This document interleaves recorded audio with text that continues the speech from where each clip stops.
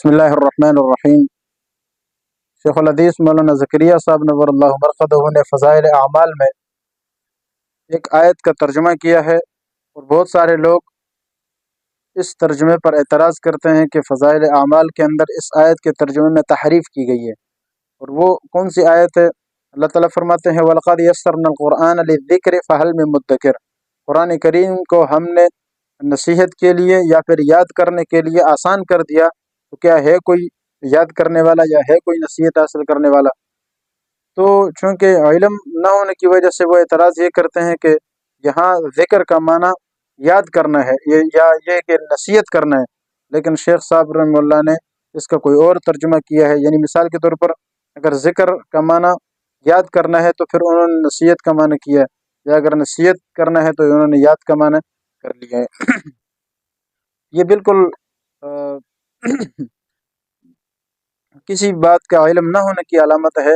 اس آیت کا ترجمہ اور اس کی حقیقت اس کو پتہ ہی نہیں ہے۔ اگر تفسیر کا مطالعہ کیا جائے تو صاف پتہ چلتا ہے کہ یہاں پر دونوں معنی ہیں، اور مفسرین نے اس کے دونوں معنی کیے۔ آپ دیکھیں تفسیر جلالین، تفسیر کشاف، تفسیر ابن کثیر، البحر المحیط، تفسیر روح المعانی، تفسیر مظہری، ان سب کے اندر یہ معنی آپ کو ملیں گے، دونوں طرح کے معنی ذکر ہوئے۔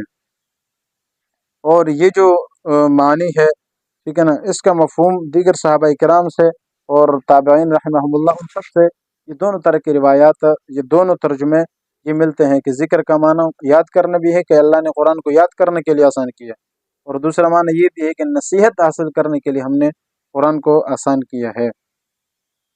تو چونکہ یہ اعتراض، اگر اعتراض کرنے والا یہ بات سمجھ جائے تو ظاہر ہے وہ پھر اس کو کبھی بھی تحریف نہیں کہے گا۔ اس لیے شیخ الحدیث مولانا زکریا صاحب رحمہ اللہ نے قرآن میں کوئی تحریف نہیں کی ہے۔ اللہ تعالی ہمیں سمجھنے کی توفیق عطا فرمائے۔ وآخر دعوانا الحمدللہ رب العالمین۔